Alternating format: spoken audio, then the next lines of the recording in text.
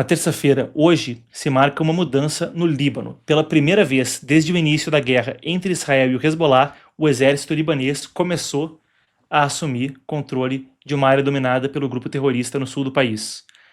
Ali existe um conflito civil grande entre o próprio Hezbollah, um grupo terrorista, e o governo libanês, coisas diferentes. O Hezbollah tem atacado consistentemente Israel, o que acabou fazendo com que Israel também invadisse o sul do país. A gente vai entender esse cenário adiante, conforme o que agora entra em vigor é um acordo, no qual o Hezbollah acabaria por ser escanteado para que houvesse a paz entre Líbano e Israel. A gente deve ter aqui as imagens e vocês acompanham a entrada dos militares conforme eu vou dando a informação. Podemos até colocar em tela cheia, eu acompanho com vocês. A informação é a seguinte: a entrada dos militares em Zaftar al... Agora, perdoem o árabe aí se eu errar a pronúncia. Zaftar al-Rabia é o primeiro teste de um acordo mediado pelos Estados Unidos entre Israel e o Líbano. O plano prevê que o exército libanês vá assumir o controle da região e confiscar as armas do Hezbollah que existem por ali, enquanto Israel gradualmente retira as próprias forças que também combatiam o Hezbollah na região sul do Líbano. A expectativa seria para o governo libanês conseguir recuperar o controle de cerca de 10 quilômetros no sul do país, onde combates ainda existem. E a destruição na região é bastante grande. Afinal de contas, se falou de 1 milhão de pessoas desalojadas, deslocadas ao longo dos últimos meses nesse conflito. A cidade virou um dos símbolos do impacto dessa guerra. Segundo algumas das autoridades locais ali, mais de metade da cidade foi destruída, incluindo aí instalação civil, hospital, estação de energia, sistema de abastecimento, e casas que permaneciam em pé também sofreram dano grave.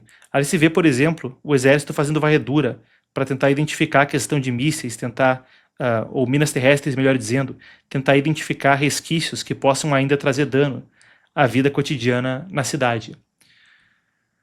É uma expectativa diferente para cada lado também. Por um lado, Israel afirma que o acordo vai testar a capacidade do governo do Líbano de desarmar o grupo terrorista, o Hezbollah. Já o governo de Beirute espera que a medida vá abrir o caminho para uma redução das tensões na fronteira com Israel. Isso faz parte de um conflito mais amplo, conforme eu falava. O Hezbollah é um grupo terrorista apoiado pelo Irã que ocupa uma vasta área do sul do Líbano. A guerra civil abertamente não ocorre, mas muito por causa das capacidades do Hezbollah. Então, explicando o que eu quero dizer. Quando a gente fala a respeito de um grupo terrorista, normalmente vai se vir na mente, sei lá, meia dúzia de gente desorganizada, ou meia dúzia de gente muito organizada, mas ali a gente fala de um grupo com ocupação territorial, capacidade de influência no parlamento libanês. Um grupo terrorista com influência religiosa sobre uma parte grande dos muçulmanos xiitas no Líbano. E por vezes com terroristas mais bem treinados e armados, muito com dinheiro do Irã, do que o próprio exército libanês. Por isso também era tão delicado para o exército do Líbano fazer movimentações como essas. Agora, eles devem se movimentar para a ocupação e controle de 3 áreas antes controladas pelo Hezbollah no sul do país, conforme a gente dizia, sob uma estrutura mediada pelos Estados Unidos, onde gradualmente o exército libanês tomaria controle, Israel recuaria e o Hezbollah seria jogado para escanteio. A ver qual vai ser o desempenho das forças armadas libanesas ali. Mas hoje, pontuando isso, também houve um encontro diplomático notório nos Estados Unidos. Joseph Aoun, o presidente libanês, viajou para Washington, se encontrou hoje com o presidente americano Donald Trump em Washington e foi a primeira visita de um presidente libanês à Casa Branca em quase 2 décadas. Ali, a relação é complicada, afinal de contas, quando a gente fala do Hezbollah, eles acabaram por fazer um bombardeio a instalações militares americanas com amplas casualidades lá atrás, na década de 80. O presidente libanês Aoun chegou nos Estados Unidos domingo, junto com a primeira-dama Nemat Aoun. Antes do encontro até, autoridades libanesas estavam informando que o presidente ia levar para Trump uma proposta para retirar o arsenal do Hezbollah do controle do grupo. Eles falaram à imprensa, o clima foi de elogios, a gente tem aqui trechos de mais cedo então, quando Aoun e Trump se encontraram. Well, thank you very much. It's a great pleasure to be with the President of Lebanon. He's highly respected in his country and actually long beyond his country. We've spoken previously on numerous occasions through representatives, and the relationship is very good. I think that Lebanon has been a very mistreated country for a long period of time. It's an amazing group of people, professors, doctors, lawyers, great intellects, and it's been hit hard for many, many decades, really. But it's been a country of great intellect, great intellectuals. They still love it. They want to be there. And we're going to help it. We're going to help it a lot. So it's an honor to have the president and your representatives here. We've already met a couple of times, and we've had some good meetings. And we are going to solve a lot of problems. We've already solved some of them for Lebanon. As you know, there's a Hezbollah problem, but we've done some things that I think the world will take notice. Again, it's been a very badly treated place and country, and we're going to have it properly treated and treated with respect that it deserves. And Mr. President, it's an honor having you. Thank you very much. No, thank you. Thank you I've been very looking forward to this visit for a long time. Thank you very much. Meeting such a great president like yourself. That's a very nice thing. See, he knows how to get to me. He knows. He can have anything. Now he can have anything. O clima foi de elogios ali, conforme a ONU e Trump se encontraram. Você conferiu o trecho da coletiva logo quando eles abriram isso para a imprensa. Bem, por um lado a gente fala a respeito desse cenário e a gente aguarda para ver qual vai ser com precisão a postura do governo americano. Ali a ONU pediu para o Trump um apoio que vinha tanto no sentido das forças armadas libanesas, quanto no sentido de ter também apoio político para sustentar isso. Aí surge até um contencioso, a possibilidade de que o Líbano eventualmente se junte aos acordos de Abraão, que seriam os acordos para que os países da região viessem a formalmente reconhecer Israel diplomaticamente, o que muda o precedente amplamente da região, tá? Antes, basicamente, exceto o Egito, nenhum país árabe ousava fazer reconhecimento de Israel e abrir amplos laços comerciais.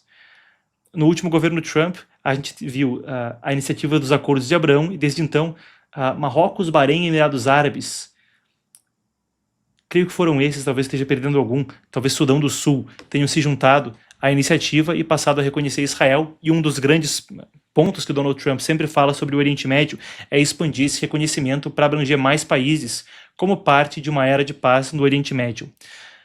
Seria isso possível? Por enquanto, seria um primeiro passo, conforme isso acontece na estrutura dos acordos antes feitos entre Israel e Líbano, intermediados pelos Estados Unidos.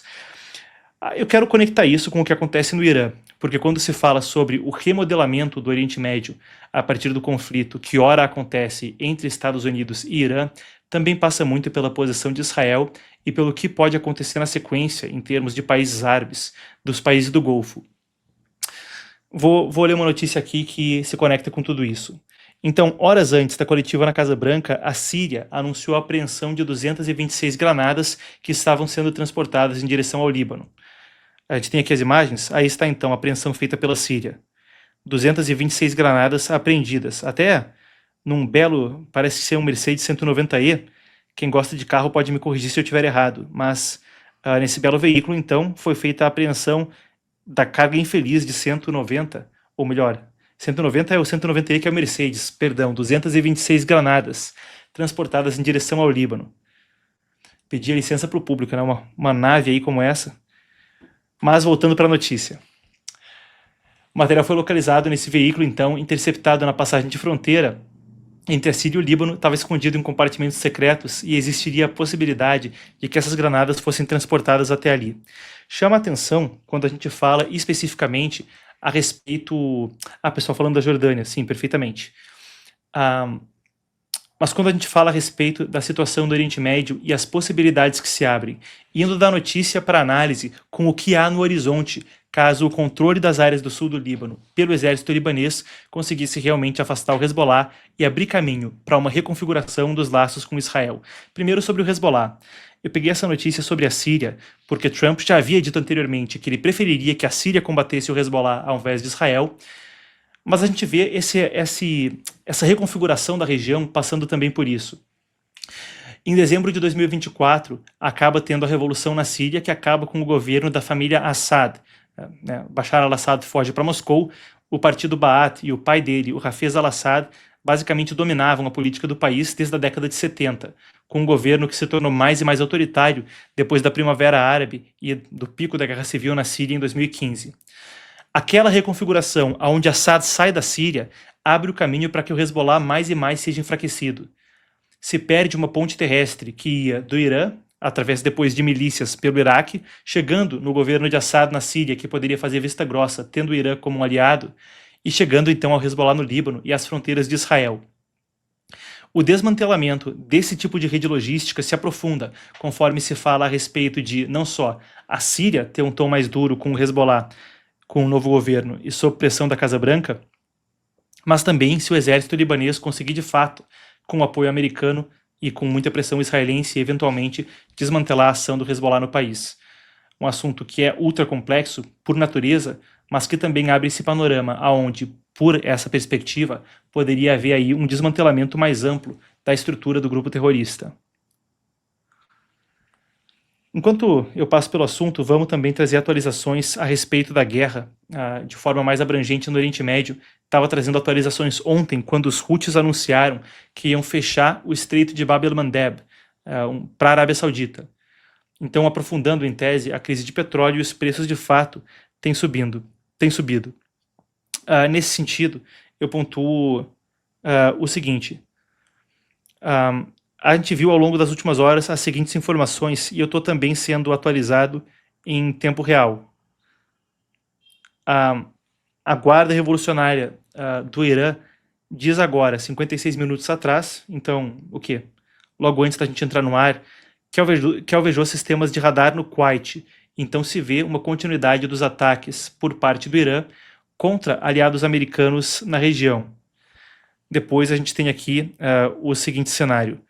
Os Estados Unidos divulgaram agora que desde que o novo bloqueio naval entrou em efeito em 14 de julho, então coisa de uma semana atrás, eles redirecionaram 8 navios e inabilitaram um em meio ao bloqueio, diz o Comando Central agora.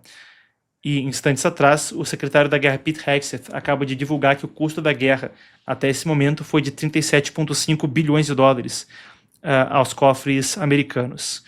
Antes disso, ontem à noite, os Estados Unidos completaram o seu 10º dia, ou melhor dizendo, sua 10ª noite de bombardeios contra a infraestrutura iraniana, e Trump chegou a falar, até na coletiva de mais cedo com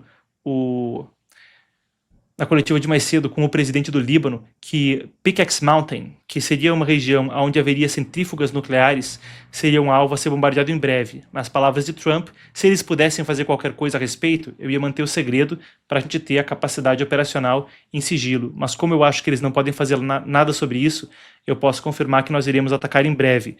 E esse seria o local onde muito da infraestrutura nuclear do Irã estaria no momento. Se sabe que as centrífugas estariam ali, então, a infraestrutura para enriquecimento, mas não necessariamente o urânio em si próprio, que Trump falou que era o que importava de verdade.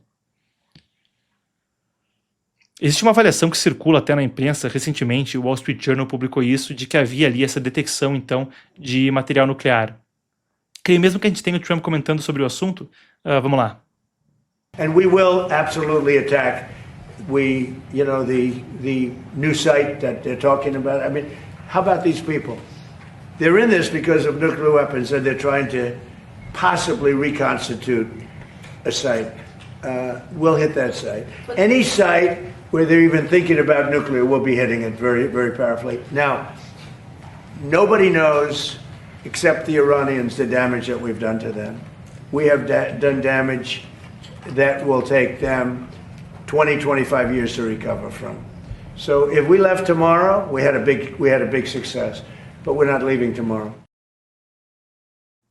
Bom, aí está então. Se eu falava de mercados, enquanto isso, Brent voltou a passar de $91 depois de ter caído aí para o quê? 80 e poucos nos dias anteriores. Agora o conflito, e eu fiz análise sobre isso ontem, parece se acalorar sem nenhum tipo de rampa para desescalada, nenhum tipo de rota para que as coisas diminuam em tensão nos dias adiante.